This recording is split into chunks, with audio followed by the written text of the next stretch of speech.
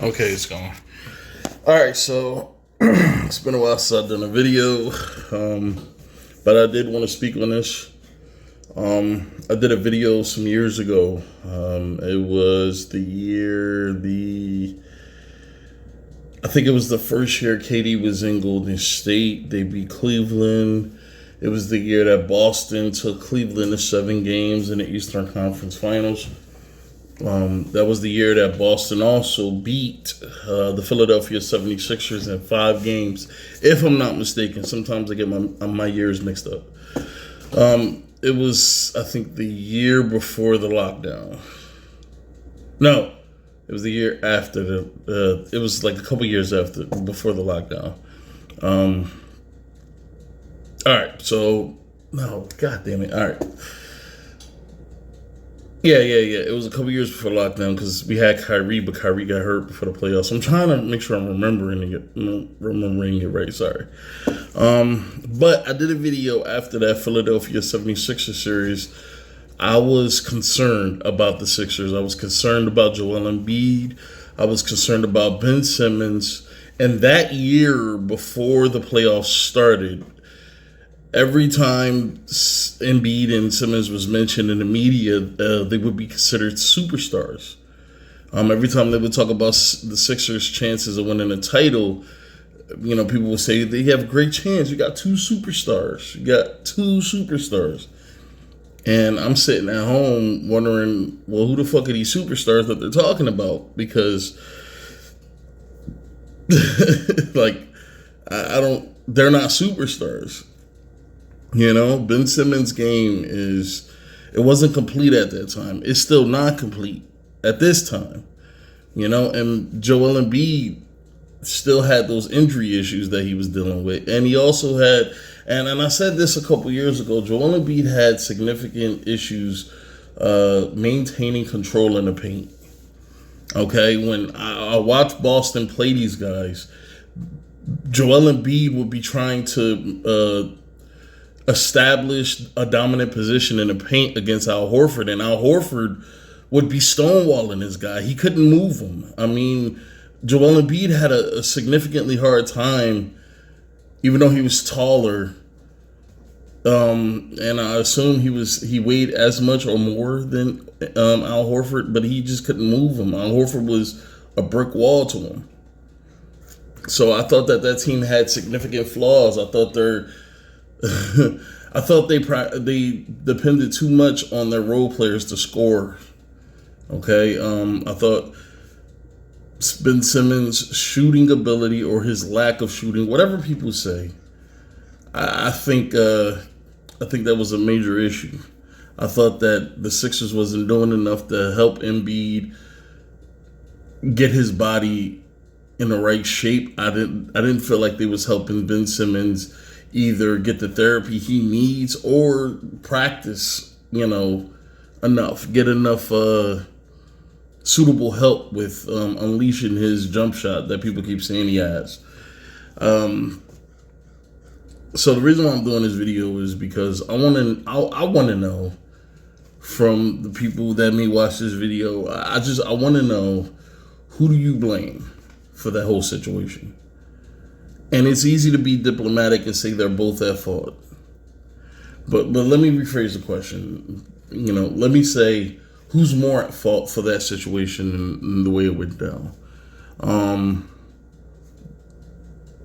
The front office, the managerial staff, the coaches, or Ben Simmons or Joel Embiid.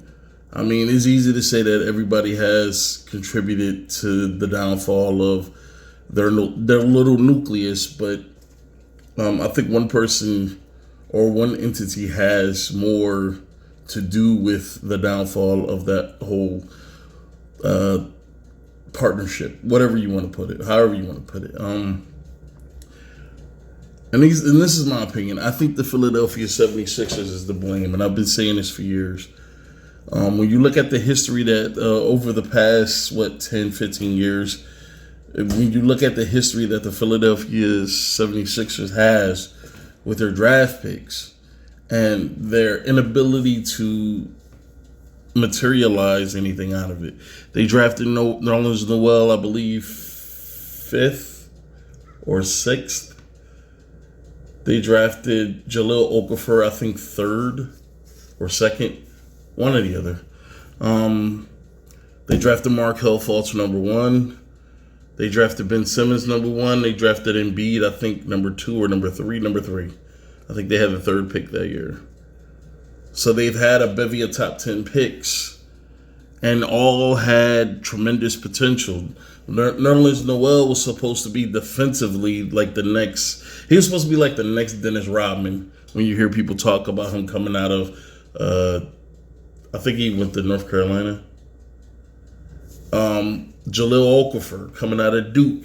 You would think that he was supposed to be, the next Tim Duncan. I mean, the next great low post defender, the next great low post finisher at the rim. I mean, this dude was supposed to be, he was supposed to be a significant piece down in the low post, right? And Okafor, I had high expectations for her. I'm not going to lie. I thought that, maybe this dude could be like that leader type, like that stout power forward like Tim Duncan was. Maybe, Then Markelle Fultz was drafted. I know some people had some reservations about him being taken number 1 over Lonzo Ball and Jason Tatum, but I feel like ever since he got out of Philly, Markelle Fultz has found himself a little bit. I felt like intentionally Philly was ruining this kid's career. They would sit him on the bench. They wouldn't put him in the game. Brett Brown, I said, should have been fired a long time ago. I've said this. He should have been fired a long time ago. They weren't going to win with him. Now it looks like they may not even win without him. I'm not saying like they need him there, but I just don't think this team is in a position to win anything. Then Joel Embiid was drafted out of Kansas, and even though people had questions about his durability, they saw that he had so many facets to his game that he could be a Swiss Army knife under the right circumstances. And they haven't been wrong. Joel Embiid has been phenomenal when he's been healthy. And then Ben Simmons was drafted. Even though people started to have questions about him after his team wasn't able to make the tourney. I mean, I think he was the first number 1 overall pick whose team didn't make the tourney before he was drafted. But they've had ample opportunities to turn this team into a contender with the amount of top 5 picks and top 10 picks that they've had. And they have squandered every opportunity that they've had. And I believe the closest they came, I believe, was the second round. I don't know if they made it to the Eastern Conference Finals yet. See, I'm trying to remember. I remember them playing against Toronto and losing. I remember them playing against Boston and losing. I remember them playing against Miami and losing. I think they played Miami. No, we played Miami in the Boston played Miami in the Eastern Conference Finals. I think they played Miami in the second round. And they just constantly lose. They fall short. But so I'm doing this video, man, just to share some of my thoughts, man, just to hear what Ben has to say about this situation. I haven't watched this video. I had it playing in the background, but I wasn't paying attention, and I decided, why not? So let's just get to it. Hey, Ben, was there anything this season that could have changed your mind and got you to play again? Towards, getting back on the floor. And yeah, so no date yet, but, I'm starting to ramp it up. Hey, Ben, was there anything this season that could have changed your mind and got you to play again, or was your mind made up and, until you were out of Philadelphia, you were definitely not going to play again? For me, it was just making sure mentally I was right to get out there and play again. So that's something I've been, dealing with. And it wasn't about the fans or coaches or comments made by anybody. It was just a personal thing for me. And as we all know, that's his diplomatic way of saying, listen, I'm not going to answer this question the way that you want me to answer it. I'm going to say the PC version of what Ben wasn't going to play. He felt betrayed by the organization. He felt betrayed, and partially that's his fault. Okay, I've said this: when you heap a bunch of praise on a kid that young who has yet to do anything significant. I mean, people, they were calling him superstar. They were calling Embiid superstar. They were saying this team is talented right now to win the title. I mean, heaping that much praise on on young players, you're inflating their ego. You're inflating their expectations. And now they're going out there with the bravado, but without the skill set. Like, there's 10-year vets who's been to the finals multiple times. They're going out there with that confidence, like, listen, man, we got this. We're better than them. We're going to do this. And at every turn, man, they got bested. And let me say this, man. When Embiid cried after losing to Toronto, I know a lot of people think that he was crying because they lost on a shot like that in a close game in Game 7. And I think Embiid understood, listen, man, it's easy to sit back and let people talk you up. It's easy to sit back and let them fill your head up with all these grandiose opinions of yourself. It's easy to sit back and let people talk for you, and make you think something that may not be true. It's harder to get out there and actually produce. That shit was hard. That was hard to go up against a Toronto team like that. That was just... I mean, even though they had better players, Philly had better players, I think Toronto was just a better team, man. And he's like, Jesus, like, it took everything out of us just to get this to a Game 7. And it's like, to lose in this way, man. It's like, now we got to do this again next year. And I don't know if we can, like, every year, I'm pretty sure these athletes, I mean, especially the ones that don't win, but they get to the show, but they can't win. I'm pretty sure every year is like a bigger mountain that you have to climb. Every year you don't win the title, it's a humongous. It gets bigger and bigger, and the pressure gets bigger. And it's great when people think that you're this great player, you're this phenomenal basketball player, and you're teamed up with this other great player and everybody thinks that you're fucking awesome. It's different when you have to live up to those expectations, and that can do something to you. It kills your confidence when you realize maybe we're not as good as people think we are. Maybe we're not as good as people have estimated about it, about us and about our ability. Maybe we're not that good. That's a huge revelation that a young person has to go through. And the organization is supposed to keep things in perspective. This is what makes, people call it boring, but this is what made New England so effective. Because Bill Belichick had an outstanding ability of managing expectations by his own players. By not letting them let the lights and the talk get to their head. Keeping things in perspective. I was earlier than that series or even that season that I was dealing with, and that organization knew that. So it was something that I continue to deal with, and I'm getting there and getting to the right place to get back on the floor. Hey Ben, there was so much sourced reporting around everything going on with you.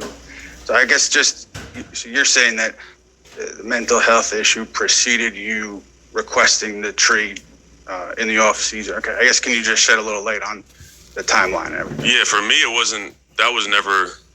The mental health has nothing to do with just the trade. It was a bunch of things that I was dealing with as a person in my personal life that I don't really want to go into depth with. But yeah, I'm here now, so it's a blessing to be in an organization like this, and I'm just looking forward to getting back on the floor and building something great here. First off, welcome to Brooklyn. For you personally moving forward, I'm curious what the kind of things are, if you can even quantify them, have to happen, I guess, for you to be in the right headspace, to be out on the court and competing. Just staying on top of what I need to stay on top of, and being consistent with that is getting to the place where I can do that. Hey Ben, The media is pretty much asking him. I'm pretty sure most people that can understand what's being asked. The media is asking him, what transpired in Philly that made you not want to play anymore? Why did you choose to sit out? And are you going to get on the court? Like, you've been traded. All this stuff is apparently behind you. Are you going to play now? And Ben is for the moment, man. Like, he's putting the questions to rest, you know. He's giving safe answers, which is fine. But I think that is a valid question to ask, and that's a valid question that he's going to have to answer, either by his actions or by talking about it. Is this behind him?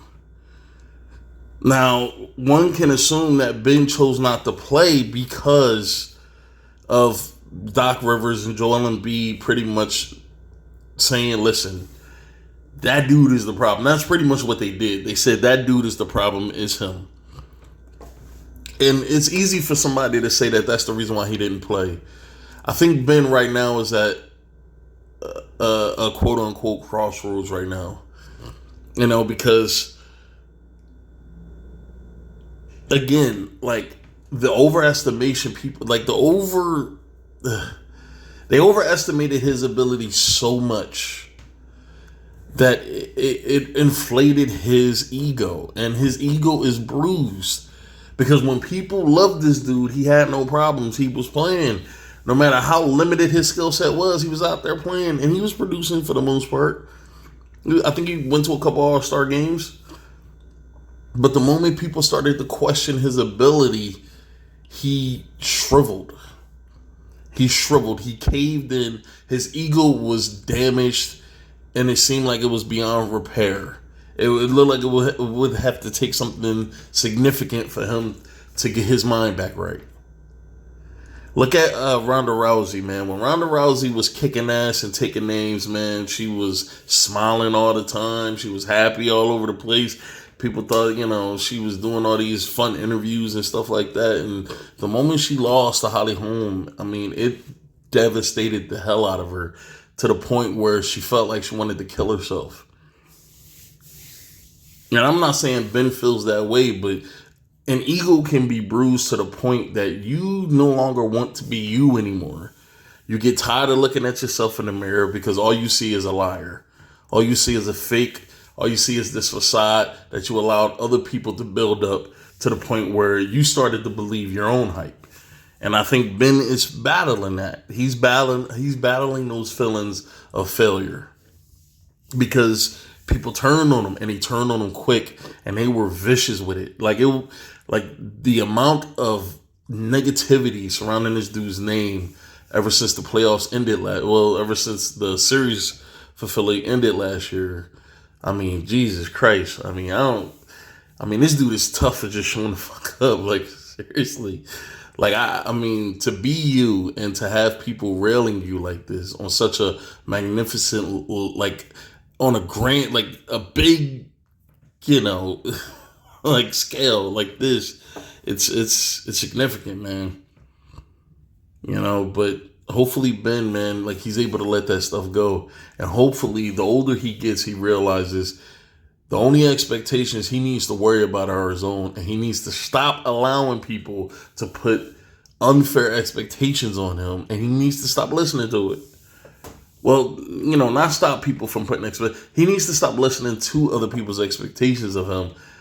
You know, like, that's what he needs to work on. He needs to work on being his own, you know, being his own judge, you know, like, on whether or not he's a success, a failure. You know, he needs to work through that. And I think that's the reason why he chose not to play, because, I mean, I get it. Look at James Harden. All right. James Harden was in Houston. He didn't want to be in Houston anymore. And as lazy as that dude was, he still showed up to work, and he still went to work. Whether he was trying or not, he still went to work. There are plenty of players that want to get traded, but they'll still play. The fact that this dude did not want to play at all, that wasn't because of his fallout with Embiid and Doc Rivers. He could have just refused to. He just could have refused to do a lot of stuff and to force their hand, but still play. Still keep his stock up. Still, I think him not playing was a result of his confidence. His ego. But I don't know. We'll see. We'll see if he plays. We'll see if he is able to overcome those demons and get himself back on the court. Ask you a couple things. When you played your last game with the Sixers, what was going through your mind? What were your last emotions? And what was the straw that basically snapped that made you say, it's time to go? I don't think it was really that. It was more so just it was just piled up. A bunch of things that have gone over the years to where I just knew I wasn't myself, and I needed to get back into that place of being myself and being happy as a person, and taking care of my well-being. And that was that was the major thing for me. It wasn't about the basketball, it wasn't about the money, anything like that. I want to be who I am and get back to playing basketball at that level and being myself. And oh, my bad. Long story short, what he's saying is, I want to get back to having fun, playing a game that I love to play, and enjoying it. Enjoy trying to be me, Ben Simmons, the wonderkind, whether I can shoot or not, still giving what I can to provide to the game that has made me a success up to this point. But the criticism is what's preventing them from doing that, because it's hard for you to want to be you and to enjoy being you when you're so concerned with how people are viewing you and how they're looking at you and how they're judging you. It's hard to do that. These athletes, man, they're very self-conscious, man. They're very self-conscious, and no matter what they say, they care what people think of them. I'm not saying they don't play basketball because they love it. Most of them play basketball at this high level, or football, or any kind of professional sport. Most black dudes, they play it because it gives them a sense of self-worth. It gives them almost like a godlike complex. Like, I'm a superhuman. I'm a superhero. I can do things normal people can't do. I'm super fast. I jump super high. I'm super strong. I'm this, I'm that. And it gives them an incredible ego boost. And when people attack that, when they say that you're not good at what you do, you're not great. And when you care about what people think of you, it'll kill you, man. It'll kill you. And there's some level of low self-esteem there. When you need other people to validate you for who you are, there's a certain level of low self-esteem, some identity issues, something. There's something there that he needs to work on. But let's keep going. last game. What's It's the question? kind of what was going on through your mind after the last game. I need to get in a good place mentally, honestly. That was the main thing. And when you look at this roster, the makeup of this team, there are times where you could be on the floor with KD and Kyrie. You could be out there without either one of them. How do you see your role in fitting in, and what kind of conversations have you had with Steve about what that would be? Yes. If the Brooklyn Nets are smart, they're going to put him at the 4. They're going to allow him to rebound. They're going to allow him to defend in the low post and switch. You know, like Ben Simmons is great defensively. Like he's almost the perfect player because he has the size to bang with 4s, maybe even 5s. But he also has the speed to be able to keep up with 1s and 2s. So he's like, I mean, you pretty much defensively, he can travel. But his limited scoring ability is what keeps him at the 4 for me. You can't have him at the perimeter all game long. He has to be in the paint. Look at Nikola Jokic. Nikola Jokic could be down in the paint in a post-up position and average anywhere between 5 to 10 assists a year. So Ben doesn't need to be at the perimeter to be effective. He can be down in the paint, you know. I think with power forwards going smaller, he could take advantage of some of those matchups. And if he gets the right matchup, he can abuse them down in the paint, which would force in the double team, he could feast all day on stuff like that. Sorry. He could feast all day on stuff like that. I think this is probably, I thought Golden State was a better team for him to go to, but I guess, they wasn't willing to give up what Brooklyn was going to give up. But he needs to be with shooters. He needs to be, he needs to be on a team that already has a point guard. Kyrie needs to go back to point. He has to go back to point. You bring in Bruce Brown, who's a solid defender and also a shooter, and keep him at the 4, man. Like, keep him at the 4. Let him run the show, but focus primarily on his ability to post up. And I don't know, everything else will take care of itself, man. I think once he gets out there, once he has a couple of good games, once he's out there with the team and they're encouraging him and they're making him feel welcome, I think a lot of this will go by the wayside. But and I know Ben Simmons ain't gonna hear this shit, but if he does hear it, like, this is my advice to him: get some therapy, man. Get some therapy, work out whatever issues you have with yourself, and start working on how to be your own advocate.